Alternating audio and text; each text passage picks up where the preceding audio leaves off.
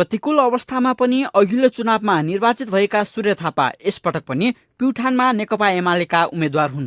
अरूभन्दा बिल्कुलै फरक शैलीमा भोट मागिरहेका उनी मतदातालाई आफ्नो एजेन्डा सुनाएर होइन, नृत्य देखाएर मत रिजाइरहेका छन्। गाडीमाथि राखिएको स्पिकरमा गीत बजाउँछन् अनि आफूसँगै अरूलाई पनि छमछमी नचाएर भोट माग्नमा व्यस्त हुनु नै अहिले उनको दैनिकी बनेको छ। उनको फेसबुकको टाइमलाइन हेर्ने हो भने पछिल्ला दिनहरूमा यस्तै भिडियोहरू मात्र भेटिन्छन्। चुनाव प्रचार प्रसार कम, वनभोज ज्यादा देखिने थापाको अभियानमा बच्चा हुँदै महिला र वृद्ध मात्रै होइन, आफ्नै चुनावी प्रतिस्पर्धीलाई समेत कम्मर मर्काउन उनी सफल भएका छन्।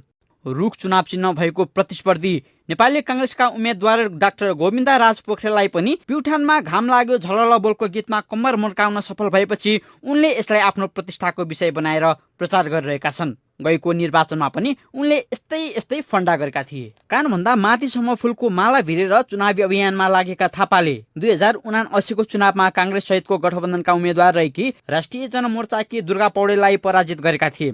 थापाले 41,118 मत ल्याउँदा पौडेलले 35,814 मत प्राप्त गरेकी थिइन्। कांग्रेस सहितको तत्कालीन माओवादी केन्द्रको सहयोग पाएकी पौडेललाई 5,304 को मतान्तरले पराजित गरेका सूर्यलाई यसपटक पनि अनुकूल परिस्थिति भने छैन। सबै दलहरू एक्लै चुनावमा भिड्ने भए पनि जेन्जी आन्दोलनपछि केन्द्रीयदेखि तल्लो तहका नेता कार्यकर्तासम्म नै एमाले प्रति वितृष्णा जाग्दा पार्टी परित्यागको घोषणा गर्ने बढेका थिए। साथै जेन्जी आन्दोलन विरोधी पार्टीको रूपमा एमालेलाई हेर्ने संख्या धेरै हुँदा यसपटक पनि उनी असहज अवस्थामा छन्। अझ ओलीको खास मान्छेको छवि बनाएर सहकारी समस्या छानबिन गर्न बनेको संसदीय छानबिन समितिका सभापति बने, जुन उनको राजनीतिक जीवनमा यो एक खुड्किलो हो। तर ओली प्रतिको आक्रोश थापा प्रति पनि उत्तिकै रूपमा देखिन सक्छ। तर आफूले प्युठानमा गरेको कामले प्युठानीको मनसँगै मत पनि जित्ने दाबी उनको छ। कम्युनिस्टको किल्लामा एमालेको पकडलाई निरन्तरता दिँदै थापा पुनर्निर्वाचित हुने तयारीमा छन्। यो 3 वर्षमा पहिलो वर्ष 76 करोड, दोस्रो वर्ष 1 करोड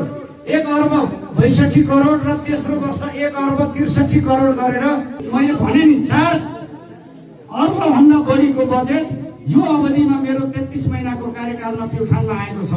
कैयौं ठाउँमा तपाईहरुले सोचेको खोजेको 5 लाख 10 लाखका साना टुक्रा बजेट ल्याउने कुरामा संघीय सांसदको भूमिका हुन्न।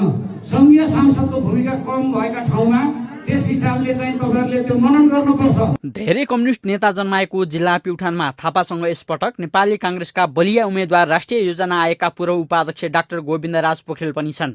सँगसँगै छमछमी नाचेका तिनै डाक्टर पोखरेल थापालाई टक्कर दिन मैदानमा उत्रिएका हुन्। डाक्टर पोखरेल 2074 को निर्वाचनमा थापाकै सहयोगमा विजयी भएकी पौडेलसँग पराजित भएका थिए। बहुदल आइसकेपछि 2 चुनाव